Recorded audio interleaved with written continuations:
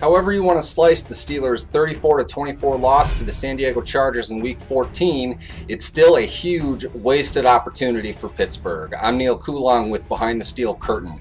In 2011, the San Diego Chargers hosted the Baltimore Ravens in a game on Sunday Night Football and proceeded to whack them historically bad, giving the Steelers a chance with the victory that following night to climb back into the AFC North race. It wasn't to be, as the Steelers lost 20-3 at the San Francisco 49ers.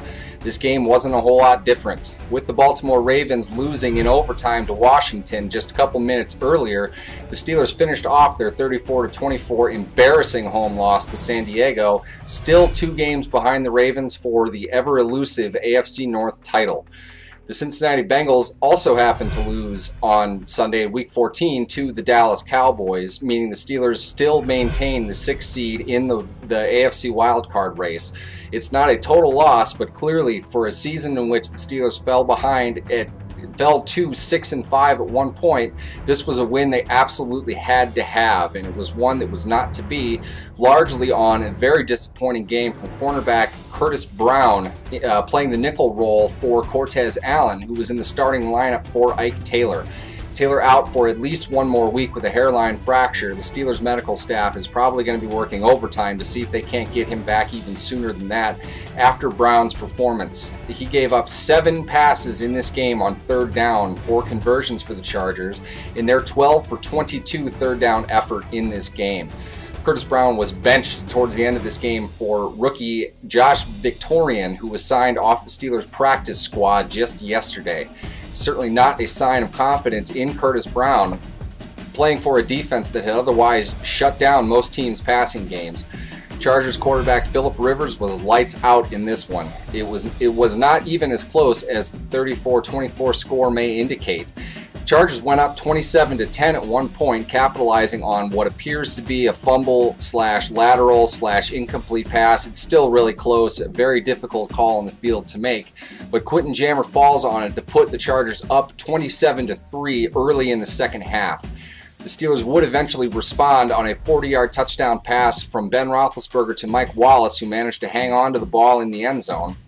Wallace picked up an 11-yard touchdown pass in this game as well, and Roethlisberger also threw a 1-yarder to Antonio Brown in garbage time, bringing the game 34-24 where it finished.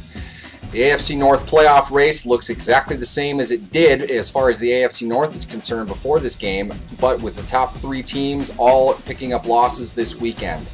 The Steelers and the Cincinnati Bengals still trail the Baltimore Ravens by 2 games in the AFC North. The Ravens, having lost their 2nd in a row, they're cooling off right in time for the stretch run, right there with now the Steelers and the Bengals. It's the Bengals' first loss in their last 5 games, and they will head into next week looking to right the ship and get things moving again in the right direction. The Steelers, though, take on the Dallas Cowboys, who managed to top the Cincinnati Bengals today, 20-19, and playing that game in Dallas spells trouble for the Steelers team that right now looks like they're lacking quite a bit of confidence after a whipping at home. Heading into Week 16, the Steelers will take on the Cincinnati Bengals in what looks to be the biggest remaining matchup of the AFC playoff race, and they will host both the Bengals and the Cleveland Browns in Week 17, looking to finish off the season with a possible playoff berth. The Baltimore Ravens need to win and at least get back on the winning side of things if they wish to defend their AFC North title. They've fallen to the 4th seed in the AFC playoff race. As far as the Steelers go, this is a game that frankly they can just throw out and hopefully not look at again. There was not a whole lot redeeming about it, and as their season looks like it might be slipping away for the 2nd year in a row, they're going to have to find a way to regain that confidence, get some rhythm back on offense, and play much better football. For Behind the Steel Curtain, I'm Neal Coolong.